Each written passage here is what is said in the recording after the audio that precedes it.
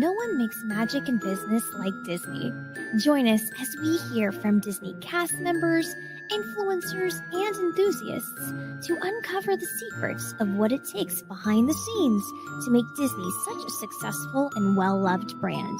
We will hear their journeys, inspirations, and have some good old-fashioned Disney fun along the way.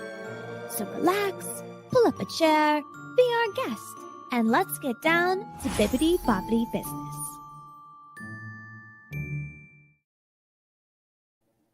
Hello and welcome to a very magical live streamed episode of Bippity Boppity Business. Today I am so excited to welcome our very special guest. Before I bring him on the stage, I'd love to tell you a little bit about him. Theron Skees was always fascinated by the power of storytelling, and it would make sense because he was a Disney Imagineer. So it's probably good that he's always been enamored by the art of story and brand and all of that. And from what I could guess, I feel like as a kid, he probably loved nothing more than to be swept away into a new world by watching movies or reading exciting novels. And I think that this is something that as adults, we tend to forget. We tend to forget that excitement, that wonderment, that infusion into story and narrative as we grow and we develop our personal brands, our businesses. But this fascination for Theron never went away. I feel that it led him to pursue the career in Disney Imagineering that he did, where he learned how to create immersive brand experiences that delighted customers and impressed businesses with his innovative ideas. And from his time at Disney, it inspired Theron to even grow further, grow his storytelling and all of his skills into the consulting business that he currently has called Creative Design Studios. And he's traveled around the world inspiring so many people with his work by infusing storytelling and wonder into each part of the client experience and the final work that he delivers.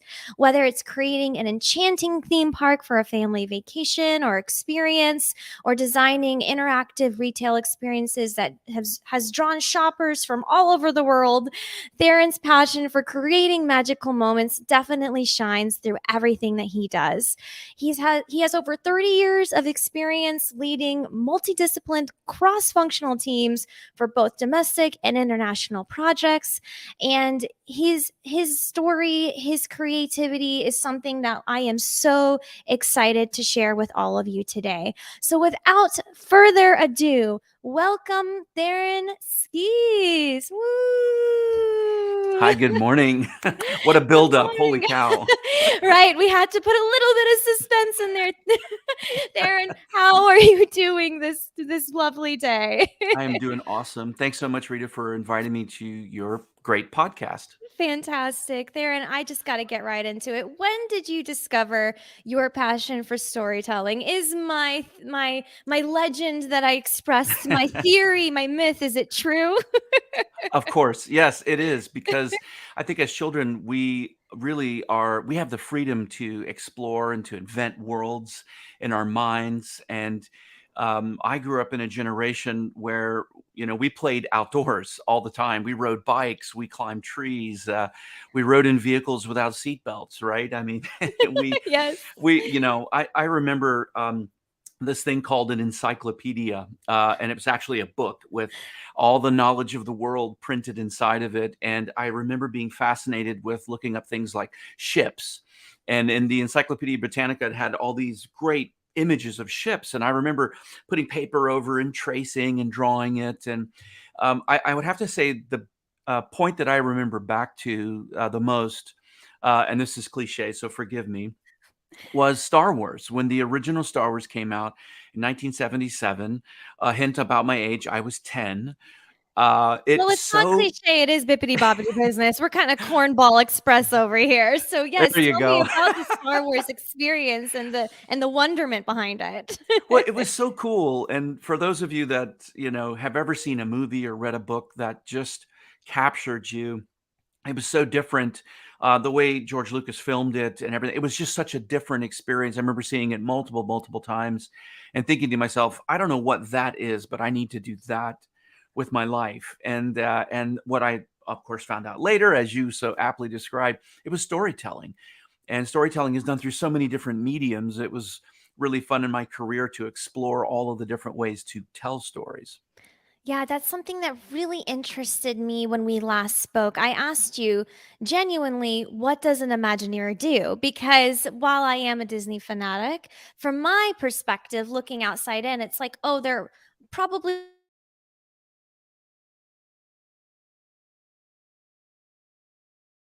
Imagineering. Imagineering is so much more than just building an experience like from the architectural standpoint. From what you explained, Imagineering is the story, and it's much beyond. So explain to those who are listening in who have no idea, what is an Imagineer and how did you fit into that world? It's a really great question. And as Imagineers, you get the question a lot. The really cool answer is that Imagineering is the mashup between imagination and engineering.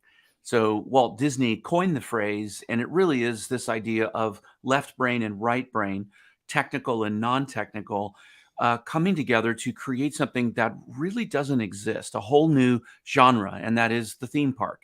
And thank goodness he did, because so many skills have been, you learn when you're building this environment, Yes. this fantasy environment, story driven worlds where characters live, and grown-ups and kids alike get to come and be kids at heart, and do two things that human beings really need, and that's escapism and play. Right, we all like to kind of escape our own worlds, and whether it's the world of Marvel or the world of comic books or whatever it is, escaping and playing with a group of your friends or your family is really important. It relieves stress. It's fun in our lives. And Imagineers, along with many other different types of creative people within our industry all over the world, but Imagineers do that in a multiplicity of ways. Of course, every Imagineer is taking part in telling a story. So whether you're in the creative group, you're a writer, an illustrator, a creative executive or something, or you're in finance, or you're in project management, or props or lighting, there's 140 different disciplines in Imagineering, which is quite exciting for anyone out there who would want to play in the Imagineering sandbox. There's lots of different ways for you to do that. I think it's so important to be able to get a group of people together that in a company typically wouldn't feel like they work together, and bring them Mm, together under this umbrella of Imagineering. Not only does it create great work and output as a result, but I think something else that it does is it allows everyone to feel that their role is important, that they are part of the exactly. impact, the story. And that's something I really wanted to touch on today with you. Through your experience, the narrative design, really the core of all of this is a strong brand, developing that brand that resonates, that gives somebody something to feel or look towards. And with all of your experience and the way that you've seen the world differently through this lens of Imagineering, I'm sure that there were some moments that you were like, wow, this was so like challenging for me, but I grew from it and I learned a lot. What are some best practices that you learned in your time as an Imagineer that you feel business leaders would really benefit from? Wow. We probably need to extend the program by about an hour. Yes, give Um, me like one. Give me one magical one. Let's true, go from there. true. Um, I, you're right. You learn a lot of lessons, and having the opportunity to be put in leadership positions, something I never sought. I guess ended up being good at managing people and leading projects of like you said in the description, cross functional, lots of diverse people, thoughts, mindsets, ideas, all coming together. And one of the lessons that I learned, I think that's really important, is that for me personally, was every role that I had in Imagineering for 23 years, every new role was something that I had never done before. And it was this blend of, and I teach this to students and mentor people a lot and talk about this in coaching sessions, is I was 50% scared out of my mind because I'd never done it before, and 50% excited out of my mind. And when I look back retrospectively and I think about mindset, that approach, it caused a level of focus for me and a level of absorption. I had to be SpongeBob, learn every Yes. single thing that I could because I had accountability. I had people that I had to lead. I had a budget and a client that I had to, within Disney. As an Imagineer, Disney is your client, and I had the client that had expectations. So I would have to give that as an example. Don't be afraid to take a risk on something that maybe you haven't done before. That's exciting and that lines up with your core skills and passions that you have. Taking that risk and kind of taking that leap oftentimes brings about rewards that you couldn't have gotten in any other way. Yes, I completely agree. I feel that I'm in that season personally, that season of 50% scared out of my mind, but 50% super excited. But I think what it does is it accelerates growth. It allows you Mm, to think on your toes. You're forced to be adaptable. You're forced right. to change, and part of that I think I do so well with is my past theater experience, that mentality of the show must go on, right? Right. But No matter what. no matter what, but I think that kind of also is relayed in Disney culture too. Like this idea that the show must go on, you have to do it, and no one is fighting each other to solve the problem and arguing. We're all coming together for a collective cause. I think that's a project management thing that can be problematic for teams. Is there is an issue that arises, and instead of working together to solve the issue, we add red tape, we add processes or rules that hinder the solution to the problem, right? Yeah, So that's right. talk to me a little bit about that. How do we bring everybody together, manage the people to solve the problems, and be creative about them too? Absolutely. It's a hard problem to solve. If you reflect on the Disney company, they have several things that really promote this kind of environment, this ecosystem, if you will, that creates the type of thing that we're talking about: awesome storytelling, fan engagement, guest engagement, where you Yes. create fans that come back over and over, leading brand in the world, and so many more descriptions could be added to that. And if we just examine that as companies outside of Disney, even outside of Disney's industry, you can learn a lot. And I would say one of the most important things that I learned, and something that I try to bring to my clients today through my company and consulting them, is to have consistency from the top to the bottom, all the way through the company. You know, if you have a vision, and that vision has to incorporate people, right? Employees and consumers. Then the vision has to lead people in such a way that they're excited to be a part of it, that there's room for them to not only contribute but take risks to make it the very best vision that it can possibly be. That Mm. in itself is a magnet to teams who want to be a part of that. I want to participate. I don't want to just turn a screw on an assembly line. I want my unique, wiring, my unique giftings to be a part of making the vision the best that it can be. And so management has to allow the ability for its employees to perform in that way. It doesn't matter if it's a product or if it's a service. If you look at it from the perspective of I'm creating an experience, Pine and Gilmore talk to us a lot about that in this fantastic book called The Experience Economy, which I subscribe to greatly.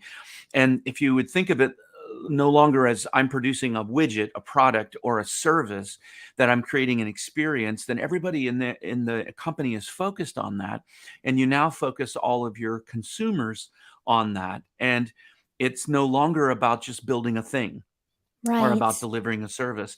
And I think that's something that Disney has always done really, really well. And there's a consistency through. If they build a thing, then they operate the thing very well. Their service is really, really well done. The quality of things is well done. They maintain things very, very well, and it's a consistency all the way through. I think that it's so important what you said, the consistency of of delivering that service. And also, it doesn't matter whether it's a product or a service. I always like to say that no matter what industry you're in, B2B, B2C, businesses are run by humans for humans. I always say that. Absolutely. And so, in order to create connection, foster relationship, increase customer lifetime value, whatever the product service may be, you have to be able to really connect and deliver that service consistently as well. Because if it's all Yeah. fluffy brand, but there's no backing to the service, then, it can kind of skew either way. Yeah. And I think I would love to hear from you regarding the storytelling aspect, though. Like, let's say the brand that is listening to us, or business leaders listening to us, has a great foundation. They're consistent, they deliver a product, they do their job well, but they're not really connecting. They want to go to the next level. What, from your experience as a story, as from storytelling, how can you weave that in or help someone trying to access that for their business do that? Like, where would you begin? Well, um, what you're talking about is really defines the unique, which we can talk about later, the unique Yeah. transition I made from Disney to what I'm doing now in my company. Hmm. It's if you're in the themed entertainment industry, telling a story is, like an adventure into the jungle, or going into outer space, or perhaps it's aligned with an intellectual property, and that story is very much aligned with what you would see in a book or a film. It's got characters and that kind of thing. So it's understandable that businesses that don't do that, think retail or online, e-commerce, or Hmm. a service of some kind, very difficult for a company like that to look at Disney and say, I can't glean storytelling as a primary driver for my business. I can do service, I can do all the other things. So the bridge that I built between my theme park experience and the all of the other segments of the global economy is that you tell stories about your why. If you're a Simon Sinek fan, I would highly recommend that you look at the book Start with Why, and not just look at it from the personal perspective. What's my why, so I can be the best leader that I can be? But I use the principles of Sinek's golden circle to build brands for companies, because every story that a brand tells about themselves, no matter what touch point that is for the brand, a marketing message, a website, social media, their service, their platform, internal cultural building, or human habits, all of that should be based on the company's why. So Yes. then the company is now telling why stories in every touch point across their brand. That stays consistent, and it inexorably aligns with the company's core beliefs and values. What I know you're smiling. I'll stop talking. The last thing here is Sinek's got a great quote in there in that book, and it's that you want customers to not buy what you make, but you Hmm. want them to buy what you stand for. They want you to align with your why. That's when you get real fans, right? And that's when you have real brand differentiation. You're not at war with prices. If you sell shoes and you got to reduce your shoe sales to compete with brand B, or I make better shoes than you do, get out of that war and get into the war of building the best experience and telling the why story with your brand. That can't be supplanted in any other way, right? Right. No, and I'm smiling because I love hearing this. I feel like I'm learning every time I get to speak to you. So it's just me, as like being the SpongeBob of this conversation, soaking it all in. I love it so much. I'm so passionate about it because there are so many companies out there that, well, what the heck would a talking mouse have to do with my business? Why is it even called bippity boppity business? But truly, there are so many things that we can learn from the branding and the storytelling elements. I think a company that does this really well is Duolingo. Duolingo Mm, is technically an app, it's a software, right? You would not right, think from the surface level that there would be a strong brand or any kind of fun content around it in right. any way, but they're doing it. So it is possible. Well, I look at I often use Lululemon as another example, retail brand, or I use Apple as an Yes. example. I mean, could you ever imagine creating a machine that people actually have an emotional connection with? Yes. You don't wait in a line for 3 hours, 4 hours overnight for a widget. It's a machine at the end of the day. So those are brands that really did it correct. They created, I mean, Lululemon I love because it's not just about gear to work out in, gear to sweat in. They actually convert their stores to yoga studios and Pilates, and so they're living what they're selling, and it's more than just yoga pants and t-shirts and great shoes and shorts and all of. It's not just gear; it's a lifestyle that they espouse, that they live. I love that. Yes, and it ties so well into what we talked about briefly when we last spoke is studies regarding how millennials are interacting with Mm. brands now. You mentioned that millennials aren't trusting companies unless there is a why. You said people align and connect with your brand based on what you believe, not what you make. And this kind of innovative thinking, I think, is what you said it encourages repeat sales and long-term customer value. But let's go deeper than that. Like, why is it that way? What? Tell me more. Well, the two books that I mentioned, The Experience Economy by Pine and Gilmore, came out in the late 90s. And that was a critical time period because if you remember, year 2000 was the new millennia. It was the millennial kind of generation that came into play as the Mhm. largest consumers in that particular time period, and still are. They actually outspend every other group now. Um, generation the newer generation is actually now coming in, Gen Z, Yes. and the alpha is right behind them. But what really changed was that millennials will pay more for an experience than a thing, right? Buying a thing, a product. Millennials would rather spend money on an experience. And to all the CFOs in the world, that's got to be incredibly frustrating because how do you monetize, how do you define, how do you dissect an experience? Well, that's what Imagineers are really good at. We know, all Imagineers on the planet know, all creatives who work in experience building, what I call narrative experience design. We understand that it's a collection of elements that all uniquely come together within a point in time, each element doing its job to create and deliver a memorable experience. And when you start removing some of those elements, then you start diminishing the experience. And that's really hard for CFOs. And I've gotten in lots of very deep discussions with CFOs about this. The other book that I mentioned also was Simon Sinek's Start With Why.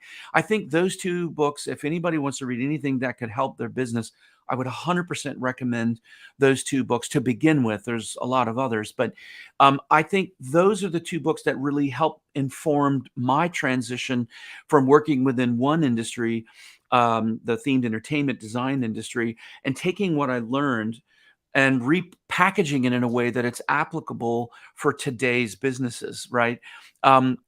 Experience in the economy is the next level, right? It is the differentiation. Creating an experience for a company, for their brand, is the way to really bring growth and financial security to your company. So what I do, I'll just say it this way very quickly, is there's three things, right?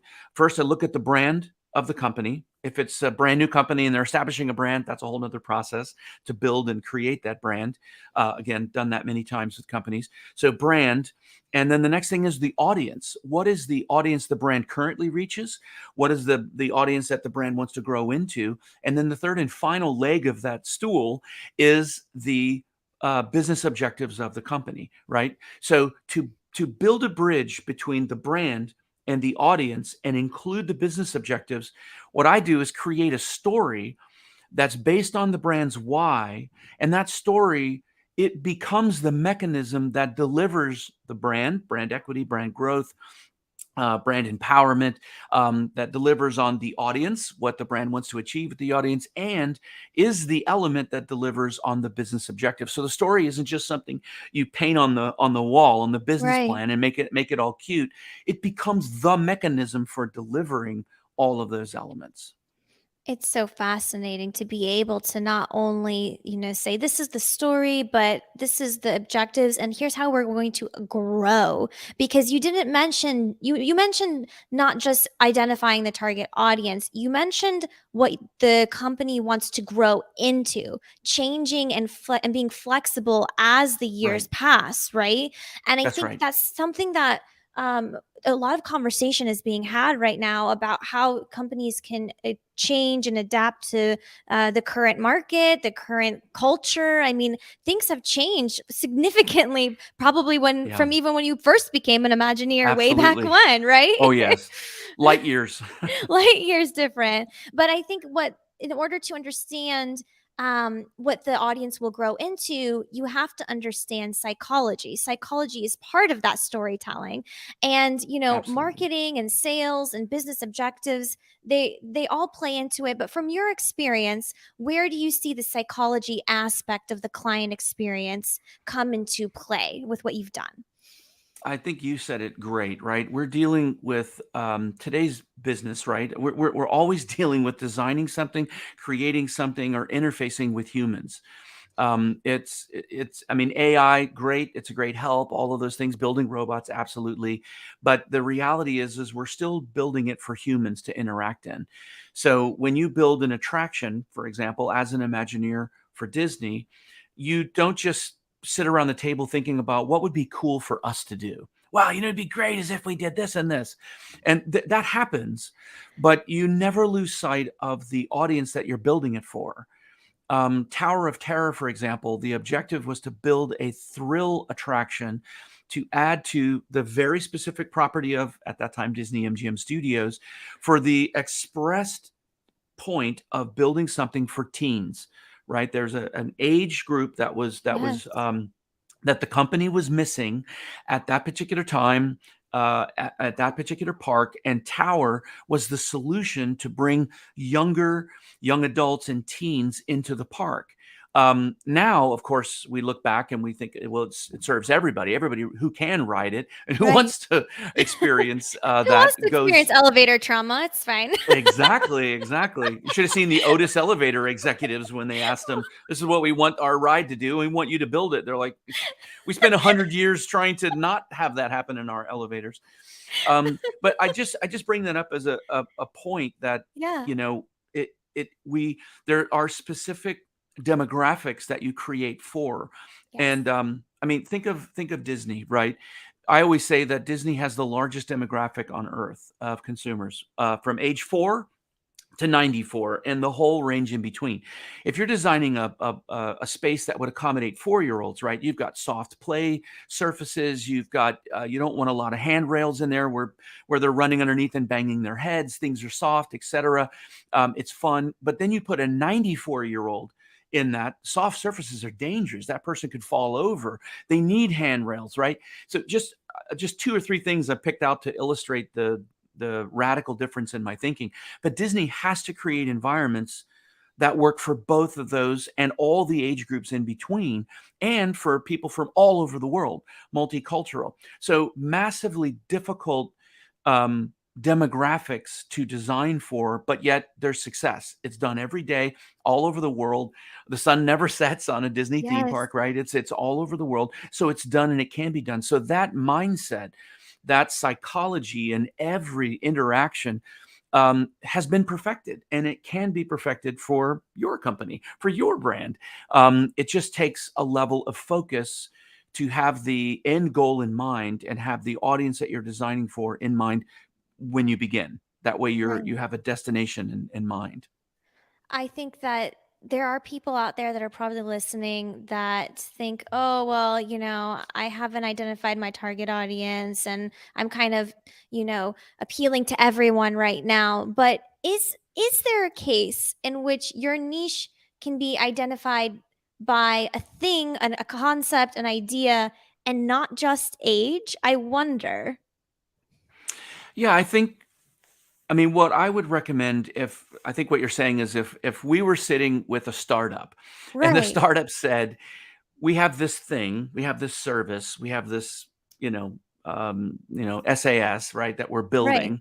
Um, we we think it's for everybody, but we want to explore it, right? That's what I think is really important is you need to start somewhere. Usually if you build one thing for everybody, it's usually not enough for somebody. Mhm. So focusing in on that, you can always open the bandwidth for that later, but zeroing in specifically on what the product or service, what the experience, hopefully now thinking more in that way. What does the experience mean? Or who would this experience mean the most to? Because launching a product and getting customers is, I think, an antiquated approach for a business. Launching a service, launching a product, you should be launching an experience to a target audience that you then build as a fan base. The cool thing about having a fan base, that's why I use the term audience and not customer or consumers, because an audience loves what you do. They don't necessarily always love what you produce, but they love what you do. They love who you are as a company. And if you make that connection with a group, an audience, then they will look at your product or service first before they look at others, because they're your fans, and you'll get millions of dollars worth of marketing value because they're going to pass word of mouth, which is the best marketing platform that you can't really buy, right, out there, Yes. because you've made this connection emotionally with them and you've consistently delivered on that experience over and over and over. They're going to talk about that experience.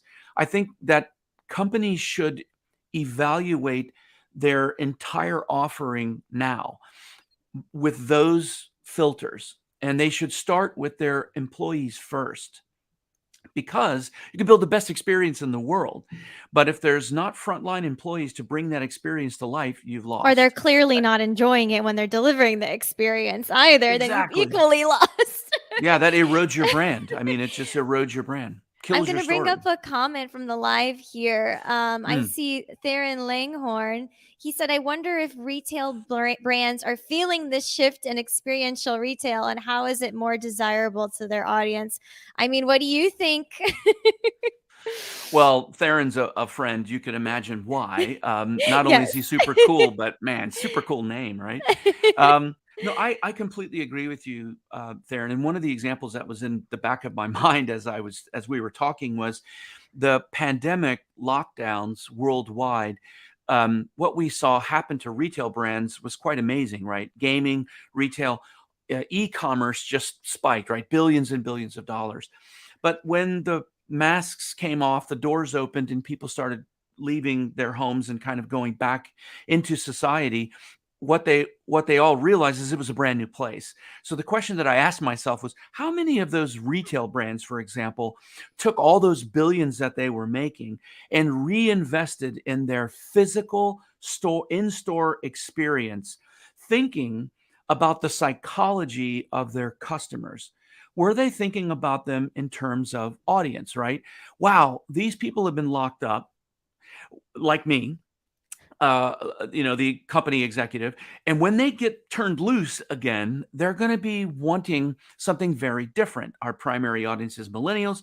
They want experiences. How many brands actually reinvested in their in-store experience, maybe shutting down some stores so that they could do this in specific areas to really roll out the red carpet for their all of the customers that they've been, building a relationship with online? Were they prepared for them? And the answer is very few actually did that. They laughed all the way to the bank, so to speak. And I think fundamentally it really affected their businesses, because millennials were like, ooh, now you're these big corporate overlords that didn't, you took all my We know money. who you really are. Yes, exactly. How many We see people, through your why. It's not real. exactly. And That's so anyways, that's what I would say. And I totally agree that shifting to something more experiential, not only in retail, but in dining and every aspect, will be a huge difference. In the book, Experience Economy, one thing that they say in there that I love is companies should think to themselves, how would I change my business if I charged admission? I love that mindset, because yes. that all of a sudden takes you in a different place, right? If I charged admission to what I do or to what I sell, how would I go about changing parts of my company? And would anyone even show up is the other thing. You know what I mean? Exactly. Is my Exactly. offer enticing enough to get people to want to buy said metaphorical tickets, you know? Exactly. Exactly. Wow. Theron Langhorn, thank you so much. Theron's in the house, he said, for providing that Whoop. wonderful question.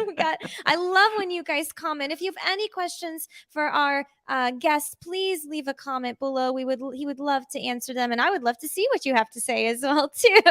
Definitely. um, I would love to switch gears just a little bit and talk more about, your story, your experience. The work you did at Disney, it was great, but I'm sure it was hard. I'm sure there were long nights. I'm sure there were stressful moments. Sleeping When under my desk. yeah, I mean, I'm not here to fluff feathers. Like, while I love Disney, I'm a realist. I understand that it's hard work and they bring together the talented people, but everyone is working together and doing their absolute best. And I'm sure there were moments when you were really facing a challenge. Maybe the 50% I don't know what I'm doing kind of came in and made you feel like I can't do this. But when you did feel that way, how did you overcome it and what did you learn from it? Um, Really great question, and I love the realism, especially when I'm on with a host and we're talking about Disney. That you can't avoid the magical component of it, but I really respect the fact that you're not so blinded by the pixie dust that you don't realize some of the elbow grease that goes into it and the Yeah. sleepless nights. And that's for everybody, not just the Imagineers who actually create it, but the operators who operate it, the maintenance people who maintain it. It really, it's that consistency I was talking about. If it only occurs in one group, if it was only in Imagineering, then it would still be a failure. If it was only in operations, it'd be a failure. Everybody has to come together. So I would say for me, there are lots of difficulties on many, many different levels. So, operating in a flow state is where what we all really love. That's when your difficulty levels, your competency in what you're doing, the fidelity of your output, the collaboration with your team members. It's when everything is in this kind of flow, right? That's what we're looking for. And everybody, including yourself, has meaning. You feel meaning Yes. in what you're doing. Everybody tries to achieve that, and inadvertently, it always is a goal that you're reaching. So I would just give you one example of a project that was extremely difficult, probably today, still the most difficult project I ever worked on, but the project I learned the most from, and that had to be taking downtown Disney and changing it into Disney Springs. Yes. Massively talented team, of course, that I had a hand in selecting and leading, but committed, dedicated, incredibly creative, disciplined people to be able to pull that off. Now you think about Disney as, here's a truckload of money, whatever amount you want to think is big, Maybe a yacht to full of money. a yacht full of money, a Hindenburg blimp full of money, right? I mean, an attraction these days is in the 300 to 500 million dollar range. If you think Yes. about something like a Star Wars, it's a huge investment. So that's a lot of pressure and a lot of people.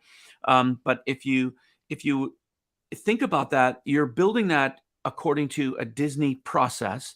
You're really only dealing with Disney people most cases, dealing with Disney people, and all of the difficulties that you encounter along that route. When you take that mindset and apply it to Disney Springs, it's times 100, right? Because now you've got 90 plus tenants that are all coming to that space. They each have a brand. They each have their own individual design firms. They have their own marketing firms. They have their own construction companies. And everybody, the place doesn't work unless those tenants build and operate. So you have to create an environment that's uniquely Disney, but actually not Disney. right? We had so That's many different. insane. I never thought of it like that before. Just as walking, because walking in as a consumer, I'm walking in, I'm going to the shops, I'm shopping around, everything feels cohesive. It's a great day.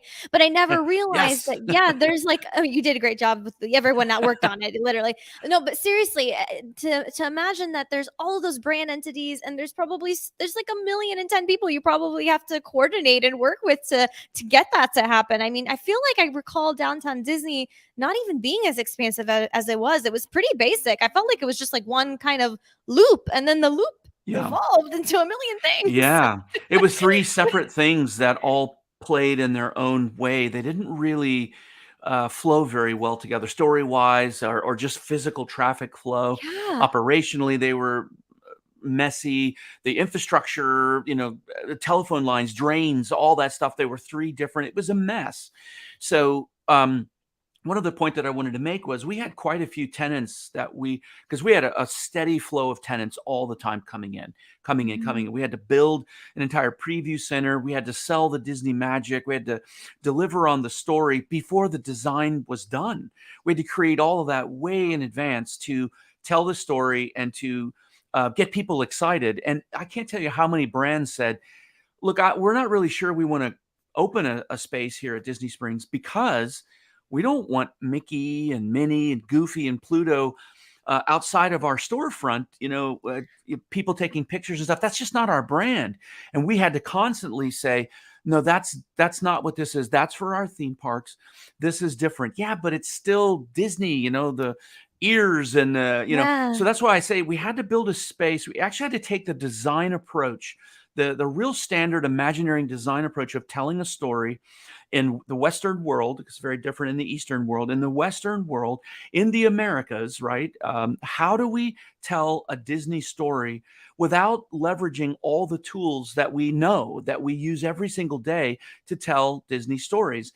And that was a really hard but good exercise to do in the very beginning. We had to kind of rebuild the design guidelines and the criteria for delivering a unique Disney experience without really the trademark brand stamp of Disney on it.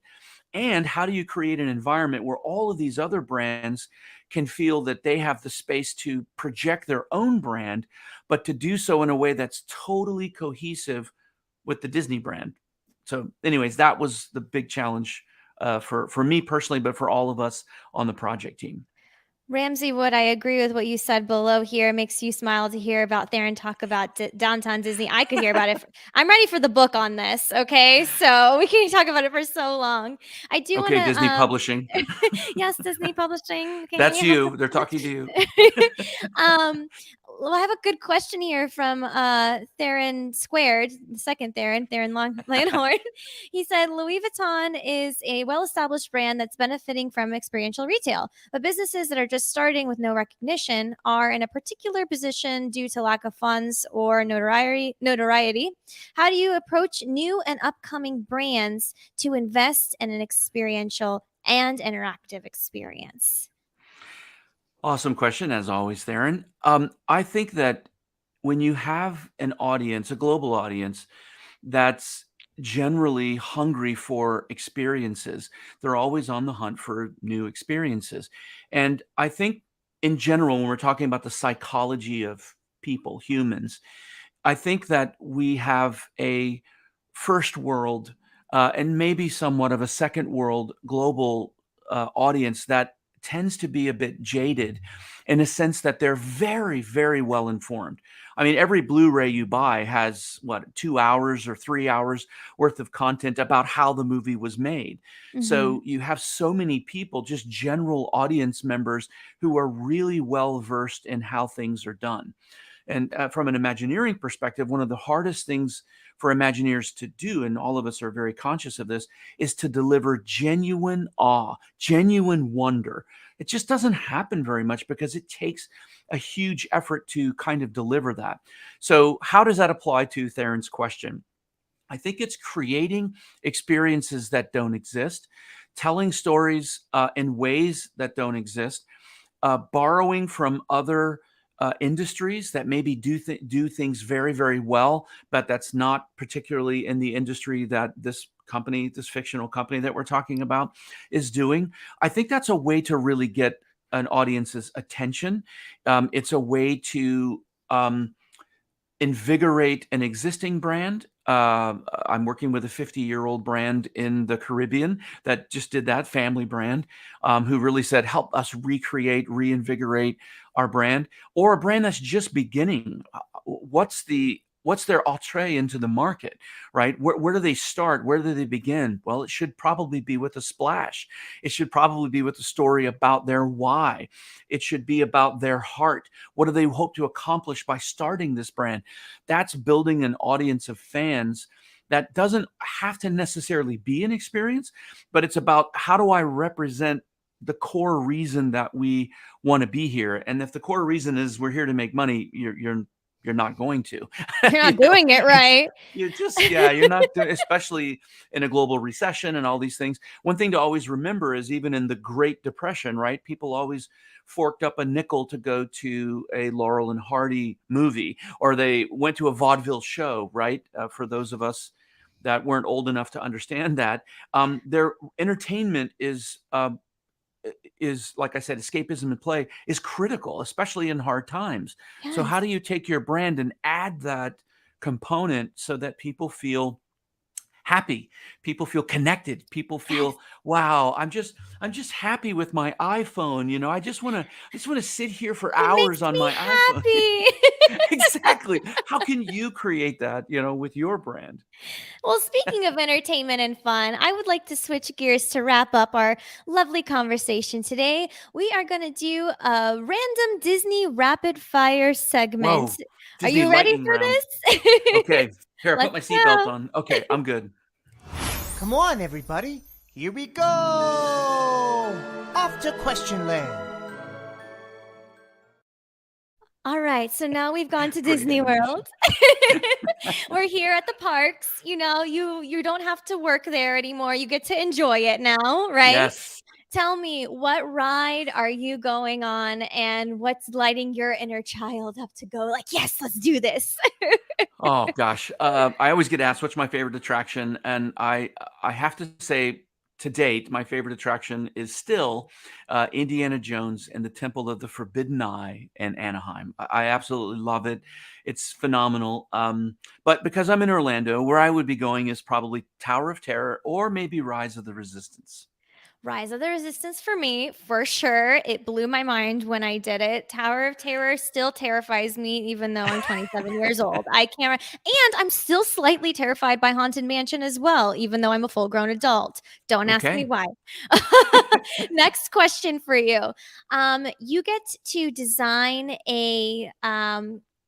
like a podcast, right? An immersive podcast, right? For the purpose of some Disney initiative, right? Okay, you get to do the story. What is the story about? Is it a Disney character or is it a backstory kind of a thing? Oh boy. Well, I think I would probably not do it about a character or person. I would do it about how optimism and storytelling can improve your life. That's probably what I would do. I would listen to it. That's amazing. Tell me about one of your earliest Disney memories, and yeah. Oh, Well, we got to choose between getting Christmas presents with my mom and my stepdad or a trip to Disney World. So you can imagine which one we always chose, which was Disney World. So I have really fond memories of going through Disney World with my brothers, with my mom, who had been ill for most of her life, and my stepfather. So that would probably be my key memory there. oh, that's amazing. If you could be able to have any sidekick from any Disney movie come to life and be your real pal, which sidekick would you choose? Probably Flynn Rider. Sarcasm is my mother tongue, so English took me quite a bit longer. So I feel like Flynn and I would be best of buds. I really want to have an Olaf in my life. I just want to hang out with Yes. Olaf. I really Yes, that do. was my second choice. Can I change If my I answer? could, no, you can. I mean, we can have both. We can have both. If you have a sidekick and I have a sidekick, and we're all hanging There you out go. together, We can hang it's out fine. together. That would be super cool. That's Flynn and amazing. Olaf. Wow. Okay, that's That pretty would be an cool. interesting room for sure. What is a Disney park or activity or thing that you have not yet done that you would like to do? Oh, easy. Shanghai Disneyland. I would love to go see that, experience the park. So many firsts. The team did such an amazing job. I would really love to see that, especially after living in Hong Kong for 4 years, living and working there, and being a part of helping the teams prepare for creating that. I'd love to go see the finished product. Send this man his ticket to Shanghai. He worked it. We gotta take him there. And when you go, you're gonna bring me, okay? I'll document the whole thing. Good plan. Great. Good plan. Good plan. Awesome.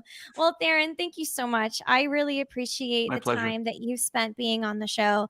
For anyone listening who wants to learn more about you and wants to learn more about your story, how can they best do that? How can they reach out?